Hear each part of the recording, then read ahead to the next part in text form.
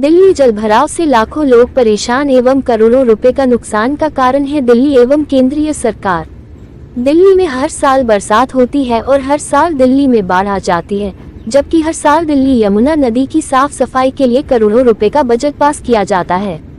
वर्तमान 2023 में भी दिल्ली यमुना नदी की साफ सफाई के लिए 78,000 करोड़ रुपए का बजट पास किया गया, लेकिन इस वर्ष तो दिल्ली यमुना नदी के आसपास बाढ़ की तबाही मची हुई है, जिसके कारण पूरी दिल्ली के नागरिक एवं दिल्ली के बाहर से रोजाना सरकारी, गैर सरकारी एवं अन्य कार्य करने वाले लोगों को बहुत दिक्कत आ रही है। दिल्ली की सड़कों पर जलभराव के कारण वाहनों की आवाजाही बंद होने के कारण रोजाना काम करके जीवन यापन करने वाले लोग परेशान हो गए हैं। साथ ही दिल्ली के बाहर से सड़क मार्ग से ट्रकों में आने वाले फल, सब्जी या अन्य पदार्थ मंडी तक नहीं आ रहे हैं, जिसके कारण जमाखोर लोगों ने जमा सामान की कीमतें 4 गुना से भी अधिक बढ़ा दी है। लोगों को रोजाना के सामान बहुत महंगा मिल रहा है, जिससे दिल्ली वासियों की रसोई का बजट बिगड़ रहा है। जो लोग रोजाना दिहाड़ी मजदूरी कर अपना तथा अपने परिवार का जीवन यापन कर रहे थे, वो सड़कों पर जलभराव के कारण घरों में कैद हो गए हैं, जिसके कारण उनके सामने भूखमरी का संकट पैदा हो गया है। हजारों की संख्या में घरों में पानी भर जाने के कारण वहां पर रहने वाले लोग तथा उनकी मवेशियां तक पानी में डूब गए हैं,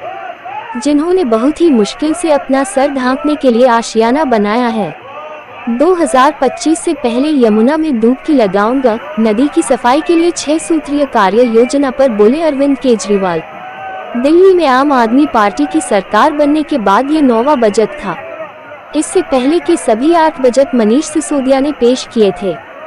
दिल्ली के मुख्यमंत्री अरविंद केजरीवाल विधानसभा में दिल्ली के वित्त मंत्री कैलाश गहलोत ने बुधवार 22 मार्च को बजट पेश किया। वित्त मंत्री ने वित्तीय वर्ष 2023-24 के लिए 78,000 करोड़ का बजट पेश किया।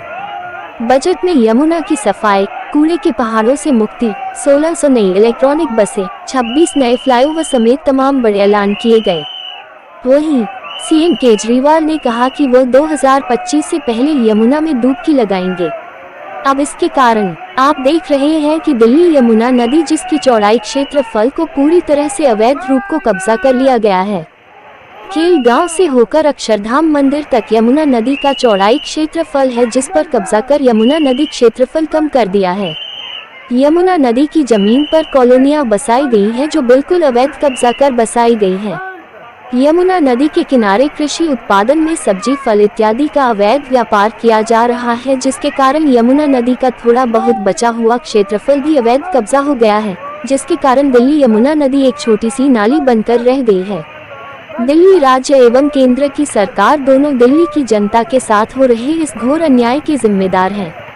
अगर दिल्ली यमुना नदी की साफ सफाई कर उसमें जमा हुई मिट्टी को बाहर निकाल कर किनारे बनाए जाते तो यमुना नदी का आकार बढ़ जाता। दिल्ली की यमुना नदी में कई बांध बनाकर पानी को जमा किया जा सकता है। इससे पूरे दिल्ली के नागरिकों को पीने का पानी भरपूर मात्रा में मिल सकता है, बल्कि हमारी दिल्ली की यमुना नदी में दिल्ली वासियों के पानी की पूर्ति के अलावा भी पानी बचा रह सकता है, जिसको हम अन्य किसी राज्य को सप्लाई कर सकते हैं।